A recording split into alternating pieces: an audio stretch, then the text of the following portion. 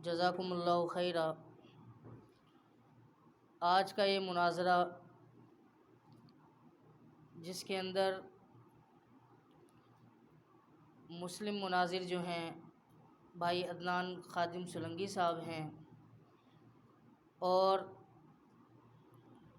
भाई pastor Samuel Gill साहब हैं, ईसाई मुनाजिर जो हैं, मुकदमा जो पेश करेंगे वो दोनों अपना 40-40 मिनट का पेश करेंगे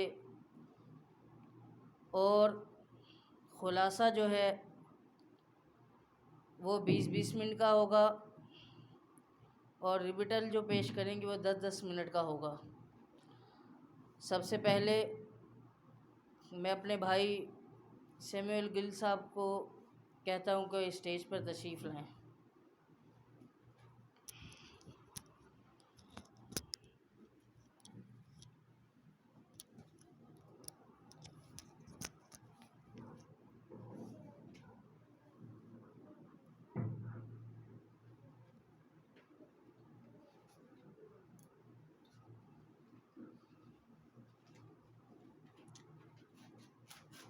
आप सबको मेरी तरफ़ से सलाम।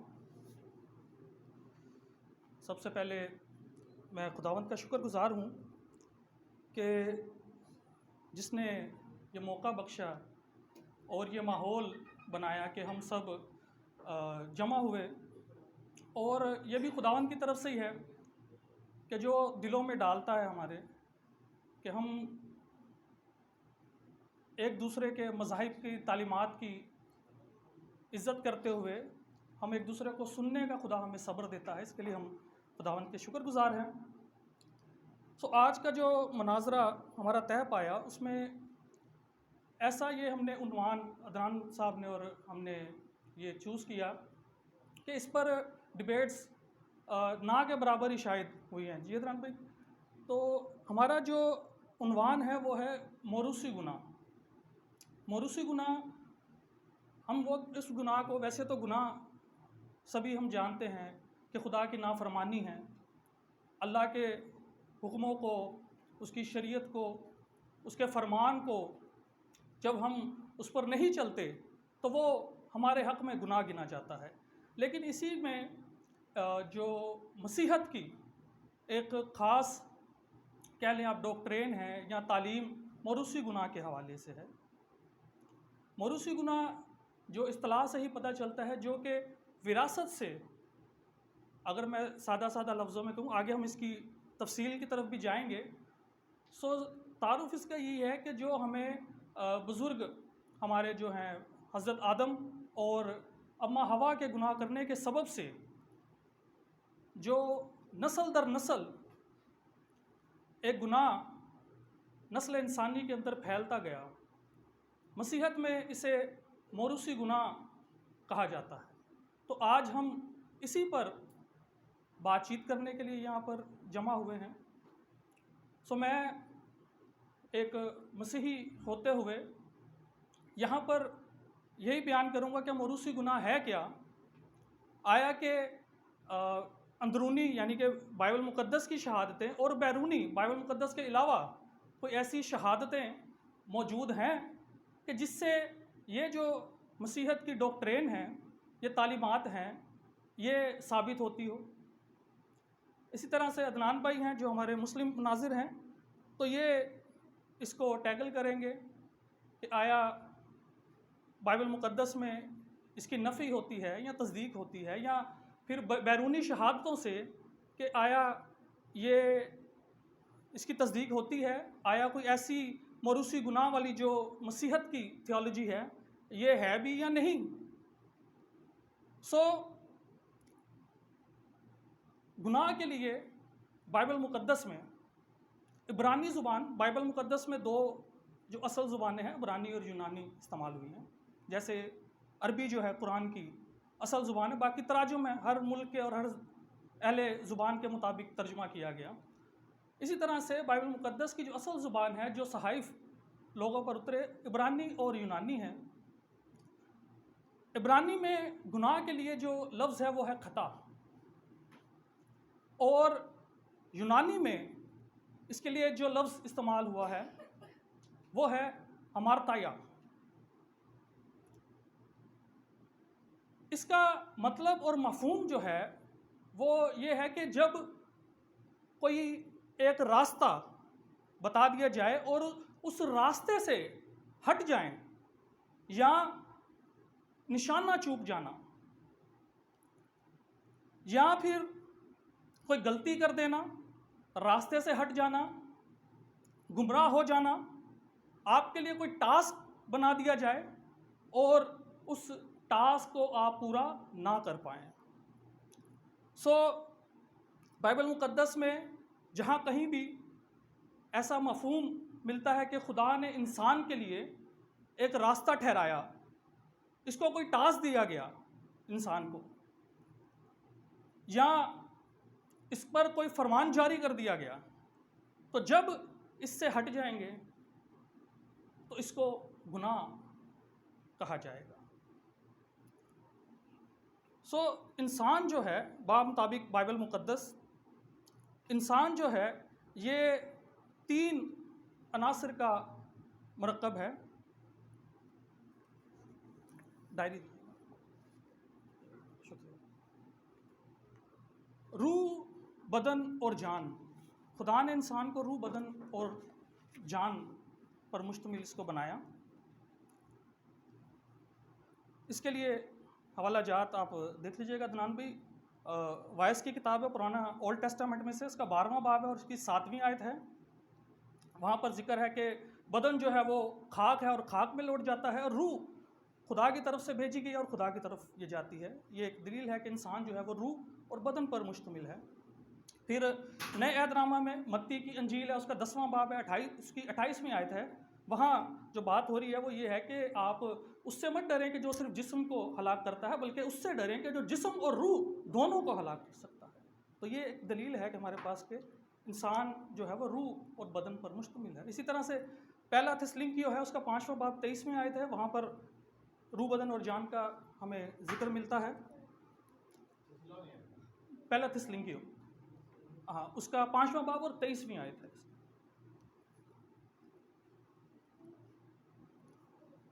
हुआ ये कि खुदा ने पूरी कायनात को बनाया, फिर इस ज़मीन को जहाँ पर हम रहते हैं इसको बनाया,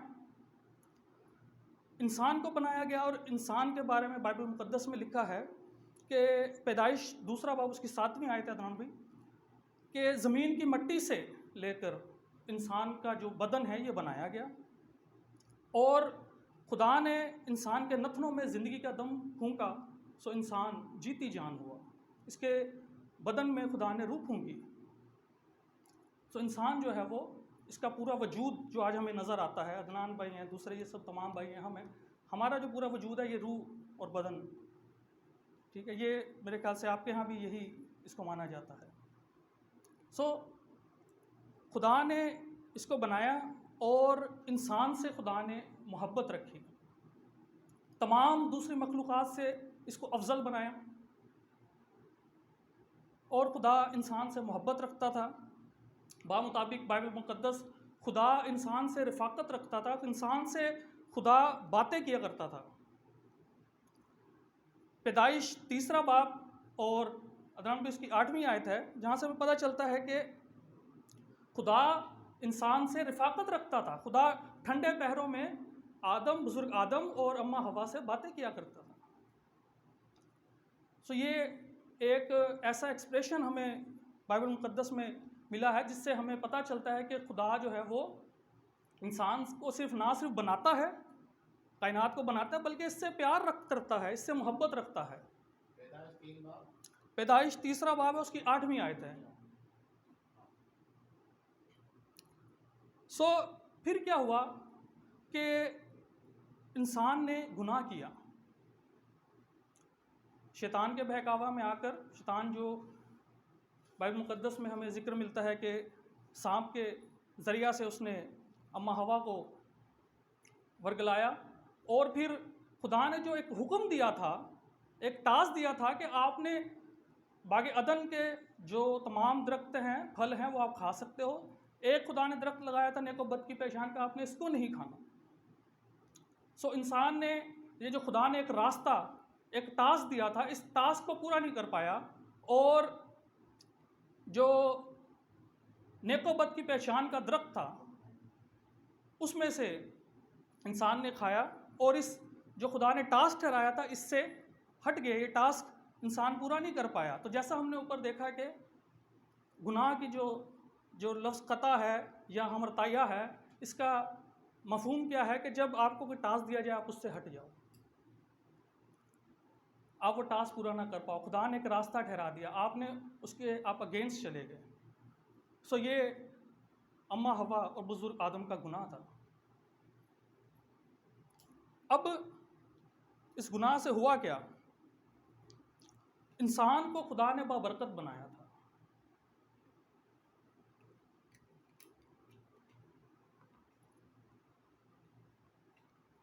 लेकिन जब खुदा ने इंसान को बनाया तो उसके बाद कहा कि फलो, ये बरकत थी खुदा की, फलो और बढ़ो और ज़मीन को मामूर व माकूम करो। लेकिन इस गुनाह के सबब से क्या हुआ, इस नाफरमानी के सबब से क्या हुआ कि जो बरकत थी वो लानत में बदल गई। जिस मट्टी से लेकर आदम को बनाया गया था, बुजुर्ग आदम को, हज़रत आदम को बनाया गया था, वो ज़मीन ही इस गुनाह के सबब से लानती ठहरा दी गई। पैदाइश 3 बाब, इसकी 17वीं 19वीं आयत हैं अदान भाई, नोट कर लीजिएगा। हाँ, तो जिस मट्टी से लेकर आदम का ये पुतला हमारा बनाया गया था, इंसान के गुनाह के सबब से वो मट्टी जो है वो ज़मीन लानती करार दे दी गई, बरकत लानत में बदल गई। ज़मीन को खुदा ने पहले जब बनाया तो कहा था कि हर जो बीज है उसको उसकी जिन्स के मुआफिक तो बढ़ाना, ये बरकत थी। समंदर को, पानियों को खुदा ने बरकत दी थी कि आपने जानदारों को कसरत से पैदा करना है। लेकिन बाद में जब ये लानती हुई, जब गुनाह हुआ, तो इसको हम पढ़ लेते हैं।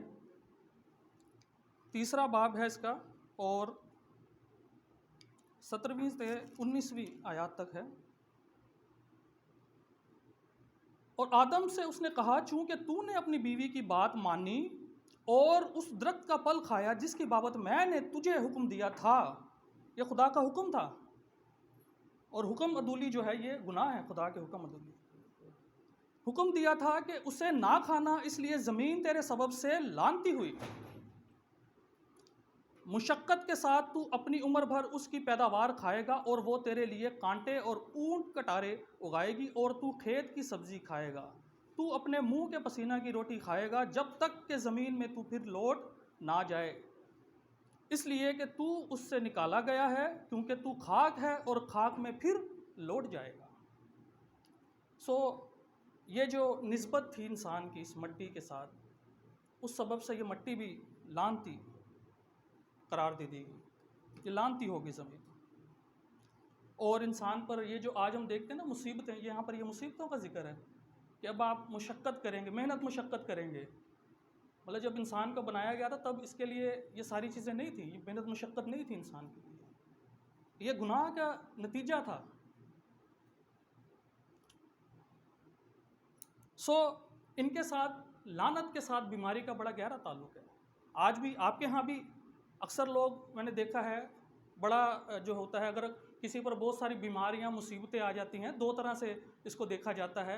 यहाँ एक तो ये कि ये आजमाइश है, यहाँ दूसरा ये है कि ये हमारे गुनाह की सबब से खुदा की जो है अजाब आया है हम पर। जी, कितने बजे शुरू हुआ था? ठीक, ठीक है सर। अच्छा जी, अच्छा, ये खुदा ने बाबरकत बनाया था, सब कुछ बहुत अच्छा बनाया था। और यहाँ पर लिखा है पैदाइश 1 बाब, उसकी 31वीं आयत है, ये 29 और हाँ, और खुदा ने सब पर जो उसने बनाया था नज़र की और देखा कि बहुत अच्छा है, और शाम हुई और सुबह हुई, सो 6ठा दिन हुआ। यहाँ पर जो अच्छा के लिए लफ्ज़ है इब्रानी, यह है तोब। तोब लफ्ज़ सुनिएगा भाई, ये यहाँ पर जो लफ्ज़ है, खुदा ने कहा जब सब कुछ बना लिया, खुदा ने दुनिया को, इंसान को बना लिया और उसको ज़मीन पर रखा, सो खुदा ने सब पर निगाह की, सो खुदा ने कहा बहुत अच्छा है। यहाँ पर अच्छा के लिए लफ्ज़ है तौब। तौब हमारे उर्दू में तो हम इसको अच्छा हमने तर्जुमा किया, लेकिन इब्रानी जो मफ़हूम है ये इसका थोड़ा सा और इसकी वसअत को बढ़ाता है। तो इस तौब का मतलब होता है खुशगवार, खुशनुमा, बेस्ट, गॉर्जियस, बेहतरीन, कामिल। सो खुदा ने इसको बेहतरीन बनाया था, जिसमें इंसान भी था, दुनिया भी थी, कायनात की हर चीज़। सो इससे, इस लफ्ज़ से पता चलता है कि ये सब कुछ बहुत ज़बरदस्त था। लेकिन आज हम जो हालत देखते हैं, बेगाड़ देखते हैं ना, बीमारियां हैं, ठीक है, हर तरफ बीमारियां और बहुत सारी मुसीबतें हैं, तकालीफ हैं बहुत सारी। तो ये सारी जो वजह है, ये बाइबल मुक़द्दस के मुताबिक और हमारे मसीही ईमान के मुताबिक, इसकी वजह जो है, ये जब पहला गुनाह हुआ दुनिया पर, इसकी जड़ जो है ये गुनाह है। सो जब बुज़ुर्ग आदम ने गुनाह किया, हज़रत आदम ने गुनाह किया, अब उस वक्त तो कोई औलाद नहीं थी उनकी, लेकिन गुनाह के बाद इनसे जब औलाद पैदा होना शुरू हुई, तो उस औलाद के अंदर भी एक बिगाड़ था।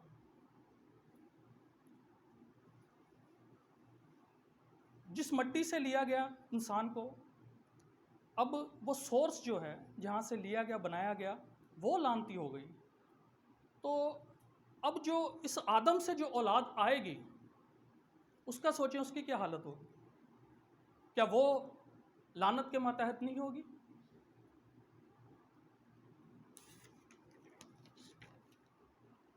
सो मसीही तालीमात के मुताबिक, डॉक्ट्रिन के मुताबिक, बुज़ुर्ग आदम से ये बिगाड़ आने वाली नस्लों में भी मुंतकिल होता चला गया। अगर हम इसको जदीद ज़ुबान में कहें तो आसानी होती है समझने के लिए, क्योंकि जो हमारे बुज़ुर्ग थे सदियों पहले, उस वक्त साइंस वगैरह भी नहीं थी, इतनी जदीद ज़ुबान नहीं थी, तो उन्होंने अपने हिसाब से इसको नाम दिया।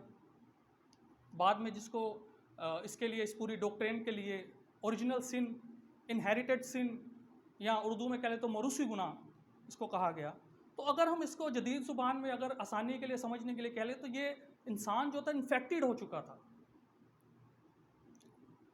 और ये इन्फेक्शन नस्ल दर नस्ल आगे बढ़ता जा रहा था। अब हमारे पास इसके लिए साइंटिफिकल कुछ दलाइल हैं। आजकल हम साइंस को बड़ा तरजीह देते हैं ना दलाइल के लिए, कि भाई साइंस में अगर दलाइल हैं तो सही है, फिर अच्छी बात है, ये तो अच्छी हो जाती है बात। सो साइंस की ज़ुबान में एक टर्म है जिसको कहा जाता है जेनेटिक डिसऑर्डर। जेनेटिक डिसऑर्डर क्या है कि जिसमें वालदैन के जो जीन्स होते हैं उनके अंदर को एक बिगाड़ होता है, और वो बिगाड़ जो है वो आने वाली नस्लों पर उसका असर होता है।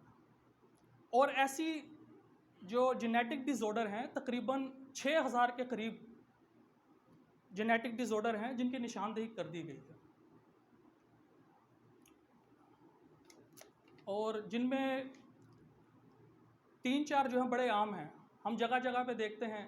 कभी आपने पढ़ा हो हॉस्पिटल वगैरह में, या वैसे देखा हो टीवी वगैरह पर भी आते हैं, थैलेसीमिया के मरीज़, कैंसर का नाम तो आपने सुना होगा सबने, खुदा ना खास्ता किसी को ये बीमारी लगे। फिर एक है सिंड्रोम, क्योंकि मैं खुद ब्लड डिजीज़ के हॉस्पिटल में काफ़ी अर्सा काम करता रहा हूँ, तो मुझे उस वक्त काफ़ी इन चीज़ों को करीब से देखने का मौका मिला। कैंसर क्या होता है? कैंसर अगर हम देखते हैं अक्सर, भाई आपने ये नहीं खाना, वो नहीं पीना, ये नहीं करना, प्लास्टिक की किसी चीज़ में ये नहीं करना, आपको कैंसर हो जाएगा। लेकिन कैंसर के बारे में ये बताया जाता है, साइंस के ये दलाइल हैं, हमारे नहीं है ये। साइंस ये कहती है कि अगर किसी के विरासत में, किसी के ख़ानदान में, किसी के माँ बाप को अगर कैंसर है, तो वो जो बच्चा होगा उसके आम इंसान से ज़्यादा चांसेस है कि उसके अंदर कैंसर उसको ज़्यादा जल्दी एक्टिव हो जाएगा। ये कैंसर भी हमारे अंदर ही, जिस्म के अंदर की एक बीमारी है जो मुंतकिल होती है। इसी तरह से थैलेसीमिया एक ऐसी बीमारी है जिसमें या तो खून कम बनता है या बनना रुक जाता है, एक वक्त आता है। ये इंटीरियर के जो इलाके हैं, अंदरूनी सिंध या अंदरूनी बलूचिस्तान, वहाँ पर ये अक्सर ज़्यादा पाया जाता है। उसकी वजह ये है कि वहाँ पर अक्सर जो ख़ानदान के अंदर की शादियाँ होती हैं, अक्सर ऐसे ना चाचा ताया के अंदर भी शादियाँ अक्सर कर दी जाती हैं। तो इसमें होता ये है कि वालदैन में से अगर लड़के को और लड़की जिनकी शादी हुई है, अगर उनके अंदर ये इसके दो तरह के इसका होता है स्टेज, एक होता है माइनर और एक होता है मेजर। अगर माँ बाप को अंदर ये जो बिगाड़ है, जेनेटिक बिगाड़ थैलेसीमिया का, अगर ये माइनर है, कम है, तो उन दोनों से पैदा होने वाली औलाद जो होगी वो मेजर थैलेसीमिया में पैदा होती है। तो ये विरासत में आ रहा है उनके साथ, ये बिगाड़ उनके जीन्स के अंदर। जी, डिसऑर्डर है ये, जेनेटिक डिसऑर्डर। कभी आप लिखें नेट पर, आप इनहेरिट डिजीज़, मतलब जो विरासत में आने वाली जो बीमारी हैं, उसमें आपको ये आएगा सामने। आप इसी तरह से सिंड्रोम है। सिंड्रोम एक ऐसी बिगाड़ है हमारे जीन्स के अंदर, जो वालदैन में अगर होता है वो बिगाड़ जीन्स के अंदर, वालदैन बिल्कुल ठीक होंगे बज़ाहिर, लेकिन उनसे जो औलाद पैदा होगी ना, वो एबनॉर्मल पैदा होती है। अक्सर आपने देखे होंगे बच्चे, कई बार एबनॉर्मल बच्चे, उनके ये जहन जो है वो थोड़ा ये जगह होती है, शेप ये छोटी होती है, और वो स्लो लर्नर होते हैं। स्किन उनकी बड़ी नरम होती है, मुंह से पानी वानी भी हल्का हल्का बेचारों का निकलता रहता है। सिंड्रोम ये होता है मसला। तो अगर माँ बाप के अंदर ये बिगाड़ है उनके जीन्स के अंदर, तो बच्चा सिंड्रोम का पैदा होगा एबनॉर्मल। अब इसमें बच्चे का कसूर नहीं होता, ध्यान रखिए, ये विरासत में उसको मिलता है। सो ये चंद कुछ ऐसे साइंटिफिकल जो दलाइल हैं। बाकी जो साइंस का स्टूडेंट होगा वो ज़्यादा बेहतर तरीके से इसको समझ सकता है। ये इसकी लिस्ट भी, लिस्ट ऑफ जेनेटिक डिसऑर्डर्स की है। ये बता रहे हैं यहाँ कि 6000 जो है, there are over 6000 non genetical disorders in human being. इंसान के अंदर इन्होंने तकरीबन 6000 के करीब ये दरियाफ़त कर ली है।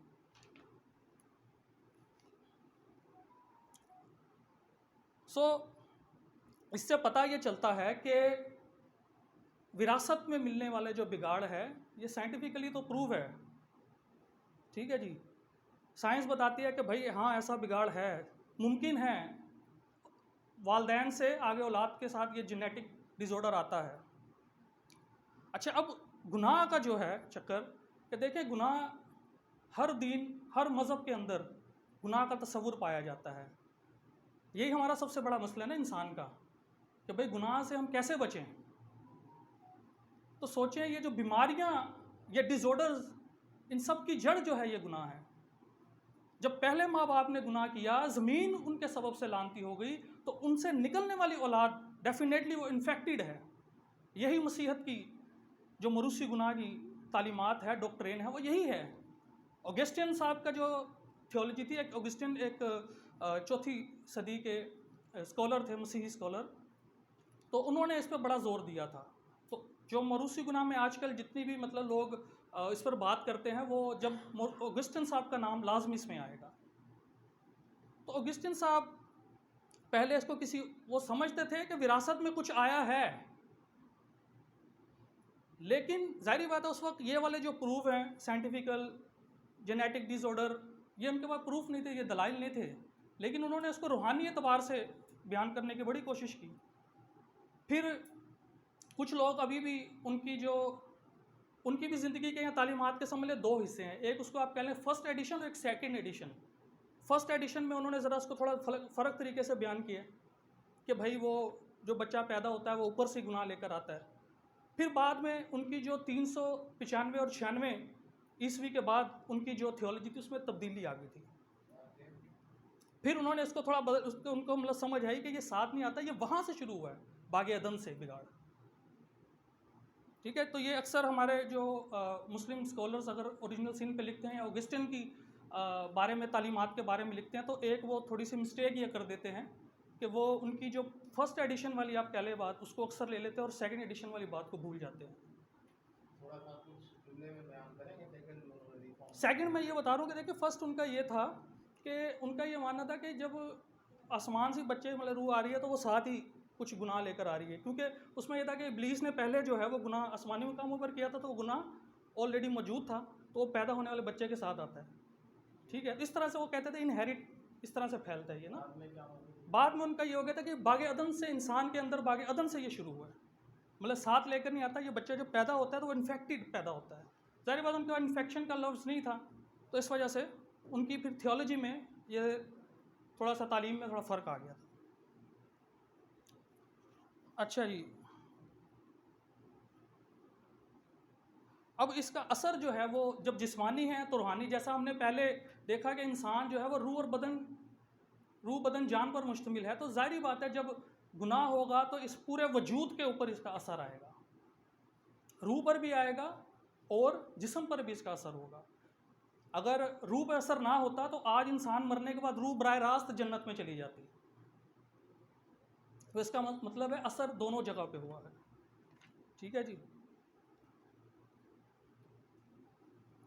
अच्छा, अब हुआ ये कि खुदा ने क्या किया था, इंसान को खुदा ने पाक बनाया था। टाइम कितना रह गया भाई?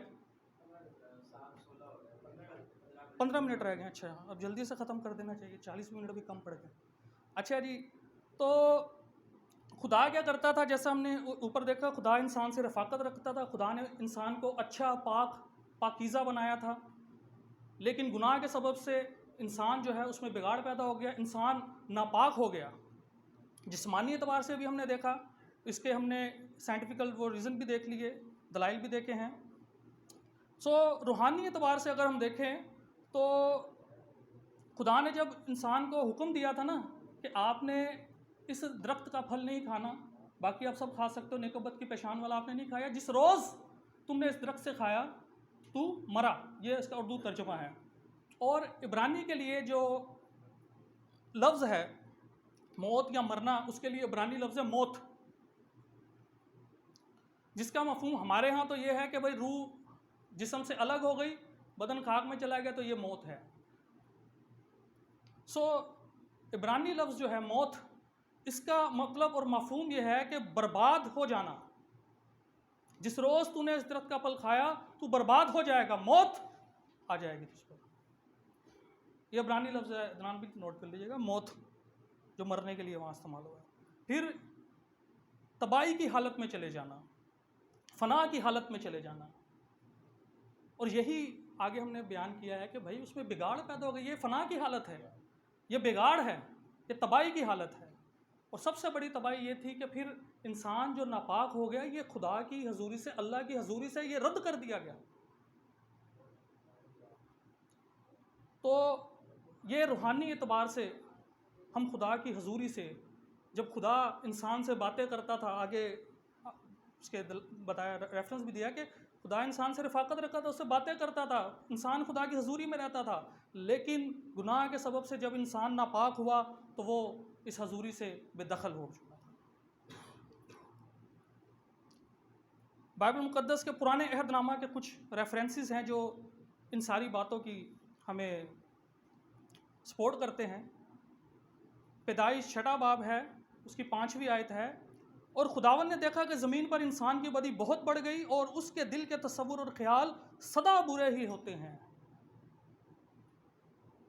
फिर हम देखते हैं यर्मिया 17वां बाब, उसकी 9वीं आयत है, दिल सब चीज़ों से ज़्यादा हिलाबाज और लाइलाज है, उसको कौन दरियाफ़्त कर सकता है। पैदाइश की किताब उसका 8वां बाब 21वीं आयत है, और खुदावन ने उनकी राहत अंगेज़ खुशबू ली, और खुदावन ने अपने दिल में कहा कि इंसान के सबब से मैं फिर कभी ज़मीन पर लानत नहीं भेजूंगा, क्योंकि इंसान के दिल का ख्याल लड़कपन से बुरा है, और ना फिर सब जानदारों को जैसा अब किया है मारूंगा। इंसान के जो ख्याल हैं वो लड़कपन से बुरे हैं, दिल हीलेबाज है। ठीक है, यहाँ हम देखते हैं ऊपर भी जो पैदाइश 6 बाब है उसमें भी दिल के तसव्वुर और ख्याल सदा बुरे ही हैं। फिर इमसाल की किताब 22वां बाब, उसकी 15वीं आयत है, हमाकत लड़के के दिल से वाबस्ता है, लेकिन तरबियत की छड़ी उसको उससे दूर कर देगी। अब यहाँ भी हम देखते हैं कि ये जो सारे हवाला जात हैं ये हमारे दिल के बिगाड़ की तरफ इशारा करते हैं, एक बिगाड़ की तरफ इशारा करते हैं। हालांकि हमने देखा कि खुदा ने सब पर निगाह की और कहा कि बहुत अच्छा है। तोप के बारे में हमने देखा, जो इब्रानी लफ्ज़ है, कि बहुत अच्छा है, बेहतरीन है, खुशगवार है, खुशनुमा है। खुदा ने परफेक्ट बनाया था, बेस्ट बनाया था इंसान को, लेकिन ये दिल हिलेबाज कैसे हो गया? ये इसकी वजह जो मसीहत बयान करती है वो गुनाह है। गुनाह के सबब से जो इंसान जो इन्फेक्टेड हुआ है, इस सबब से ये हमारे अंदर जो है ये ख्वाहिशात पैदा होती हैं, जिसे आपके यहाँ अक्सर वो कहा जाता है ज़मीर, या कुछ ऐसा कुछ होता है कि भाई इंसान तो है ही खता का पुतला, ठीक है। तो ये खता का पुतला कैसे? खुदा ने तो उसको खता का पुतला नहीं बनाया था, खुदा ने तो बेहतरीन बनाया था। तो ये जो हमारे पहले माँ बाप ने गुनाह किया, उसकी सबब से ये जो इन्फेक्शन इंसान के जिस्म और रूह को लग गया, उसके सबब से ये सब होता है, उसके असरात हैं ये गुनाह के। ये जो दलाइल हैं ये साबित करते हैं कि इंसान के अंदर गुनाह के बाद एक बिगाड़ पैदा हुआ है।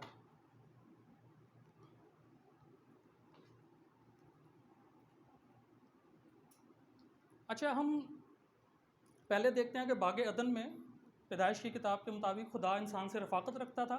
फिर जब हम आगे चलते हैं खरूज की किताब में 19वें बाब में, तो इंसान ने जब कहा कि भाई हमें खुदा से मिलवाओ, हमें बुज़ुर्ग मूसा से कहा गया, हज़रत मूसा से कहा गया कि खुदा से कह के भाई हमें भी नज़र आ, तो खुदा ने पहले इनको मना किया, फिर कहा चले ठीक है, एक दिन ठहराया और कोई सीना पर जो है खुदा ने कहा चले इस रोज़ मैं यहाँ पर इनसे मुलाकात करूँगा।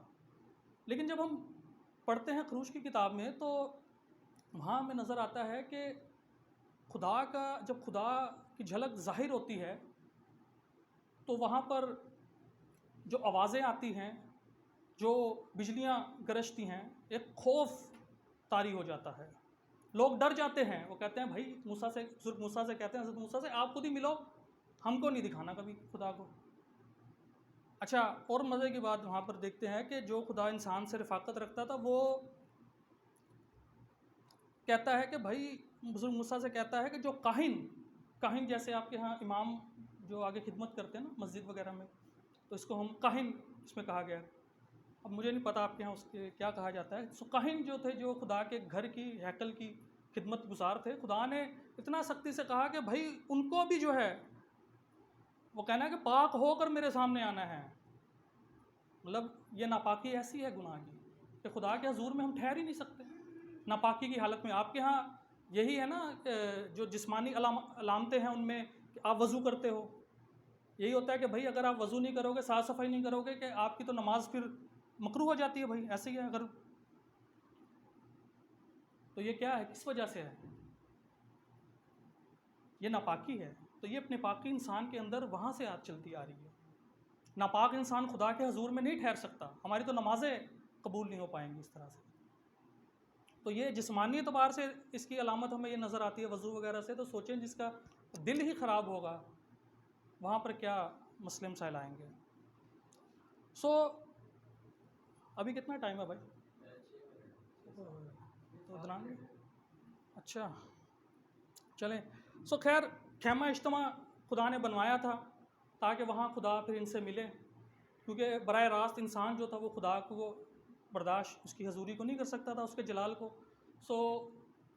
खुदा ने एक खैमा बनवाया। अब उसकी डिटेल वक्त कम है, वो फिर आप जो है वो उसको पढ़ लीजिए, खरूज की किताब में पूरा बताया गया उसका। वहाँ पर इंसान जो था वो भी खुदा के हजूर में नहीं जा सकता था, खुदा के मिलने की जगह वो बनाई गई थी। उसके लिए भी ज़रूरी था एक दरवाज़ा था, उसके अंदर जाना है, पहले आपने खुदा को खुश करना है, उसके लिए आपने सौखनी कुर्बानी देनी है, खुदा को खुश करना है, फिर उसके बाद आपने हाथ पांव साफ़ करने हैं, और उससे पहले भी आपने नापाकी की हालत में अंदर नहीं आ पा सकते खुदा के घर में, आपने पाक होकर आना है। तो ये निशानात थे बताए गए कि भाई इंसान जो है वो नापाक है और ये खुदा के हजूर में आ नहीं सकता। लेकिन बाइबल मुक़द्दस के मुताबिक और मसीही ईमान के मुताबिक खुदा ऐसे इंतज़ाम बना रहा था कि जिससे इंसान जो है वो इंसान की और खुदा की रफ़ाकत फिर से हो जाए और खुदा के हजूर में इंसान दाखिल हो सके और ये नापाकी जो है इसको ख़त्म कर दिया जाए। लेकिन इसके लिए बहुत सारे तरीक़ेकार बताए गए, जिनमें से ये था कि आपको एक तसल्ली दी गई थी हमें इंसान को।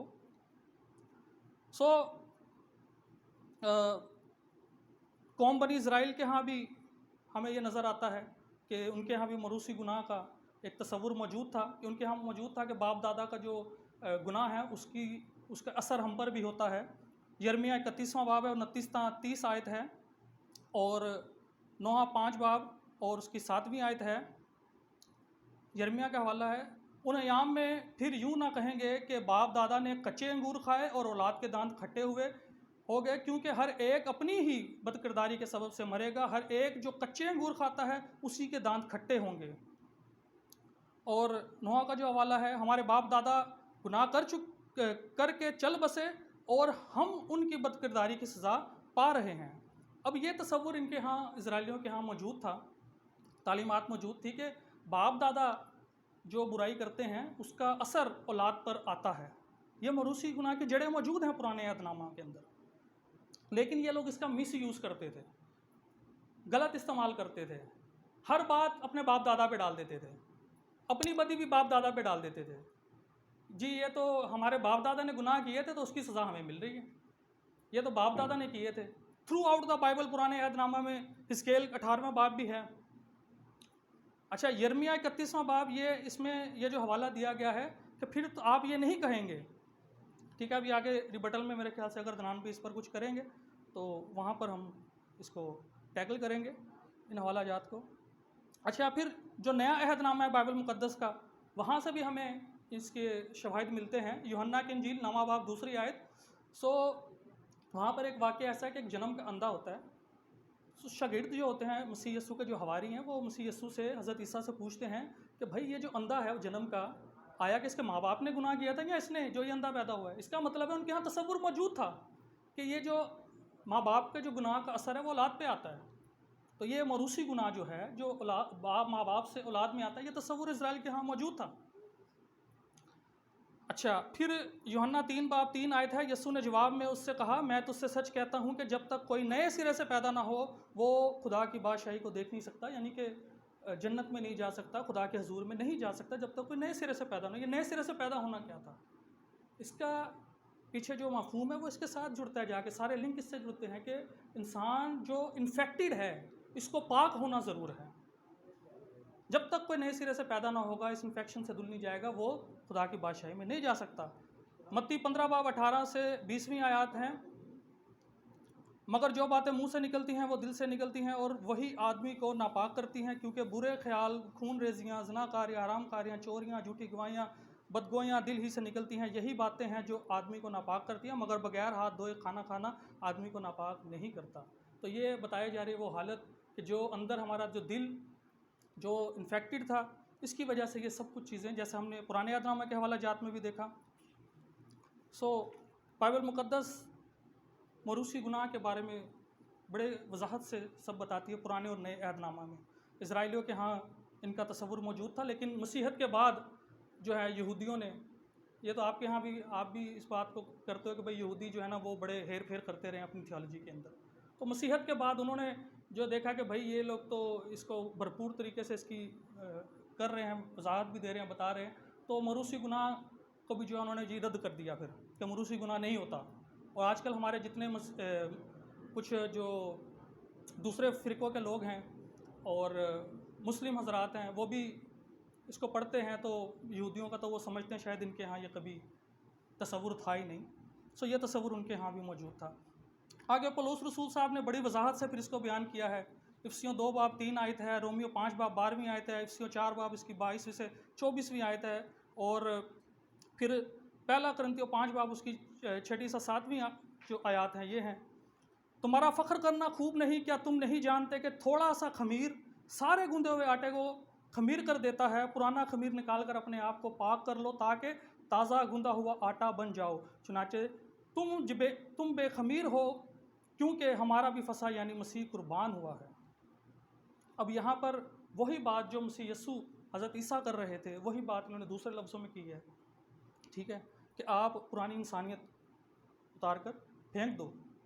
और खमीर के बारे में जो यहूदियों के यहाँ रवायत इस तरह से थी कि ये खमीर जो है ना ये आटे पे लगाते थे थोड़ा सा, और जब दूसरा मतलब उस आटे को यूज़ करना होता था उसमें से थोड़ा सा पेड़ा निकाल लेते थोड़ा सा, अब उसको नए आटे में लगा देते थे।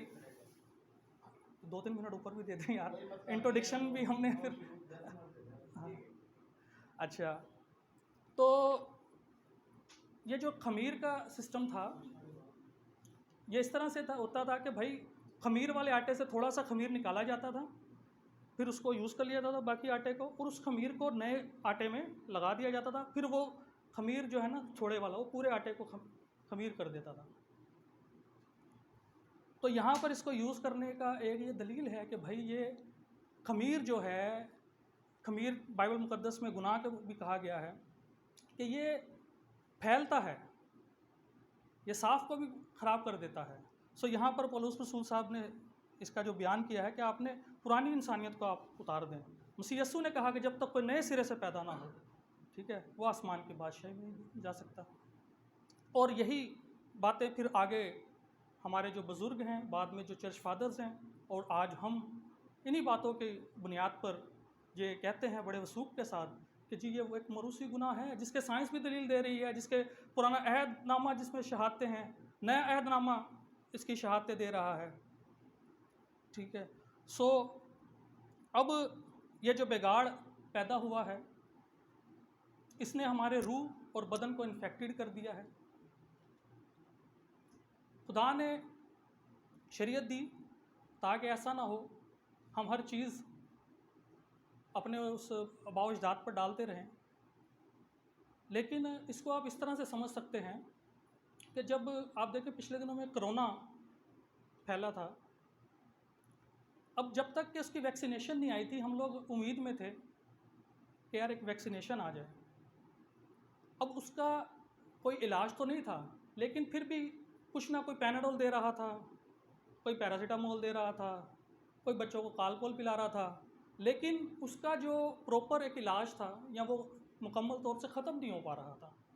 हमें एहतियात करना पड़ रहा था। कोई मास्क लगा रहा है, हाँ जी, मास्क लगाया जा रहा था कि इससे बच जाएंगे, इन्फेक्टेड ना हो जाए हम। इस तरह से कुछ और कोई अच्छा खाना खा रहा था, फ्रूट्स वगैरह खा रहा था कि हमारे इम्यून सिस्टम स्ट्रॉन्ग रहे, लेकिन इससे हम बच नहीं पा रहे थे, ना इसको ख़त्म कर पा रहे थे जब तक कि वैक्सीनेशन नहीं आ गई थी। यही हाल ये जो इन्फेक्शन था गुनाह का, जो हमारे बुज़ुर्ग आदम से होता हुआ पूरी नस्ल इंसानी में जो आया है, इसके लिए भी खुदा ने हमें शरीयत दी। आप इससे करें, ये ना करो कि आप हर चीज़ उस पर डाल दो, खुद गुनाह करते रहो। तो पहचान हमें दी कि भाई गुनाह क्या है, ये बातें आपने नहीं करनी और ये काम आपने करने हैं। लेकिन ये जो शरीयत थी वहाँ मुताबिक बाइबल मुकद्दस, ये इलाज नहीं थी गुनाह का। गुनाह तो फिर भी हो रहा था। फिर उसमें मज़ीद पुराने अहदनामे की कुर्बानियाँ हैं, कफ़ारा है। फिर कभी अदनान भाई से कफ़ारे के ऊपर हमारा कोई मुनाजरा होगा तय, तो उसमें हम बताएंगे वो किस तरह से कफ़ारे का क्या सिस्टम था, उसका क्या मफ़हूम था, क्या लॉजिक थी। सो साल ब साल फिर से कुर्बानियाँ दी जाती थीं, लेकिन गुनाह ख़त्म नहीं होता था, ठीक है। तो ये इसी तरह से जैसे कोरोना में आप पैनाडोल, पैरासीटामोल ये सब कुछ दे रहे थे, लेकिन उसकी वैक्सीनेशन का जो है या वैक्सीन आने का आप इंतज़ार कर रहे थे। सो आगे नेक्स्ट संडे निजात के ऊपर एक मुनाजरा है, तो उसमें फिर हम बताएंगे कि खुदा ने ये जो निजात इससे बताई है, इस गुनाह से, ये जो मरूसी गुनाह जो बुज़ुर्ग आदम से चलता हुआ आ रहा है, हमारी नस्ल दर नस्ल ये फैलता गया है, इससे हम कैसे बच सकते हैं। और फिर अभी कौन से अयाम चल रहे हैं, ये कौन सा दौर चल रहा है और आने वाले दौर में क्या होगा।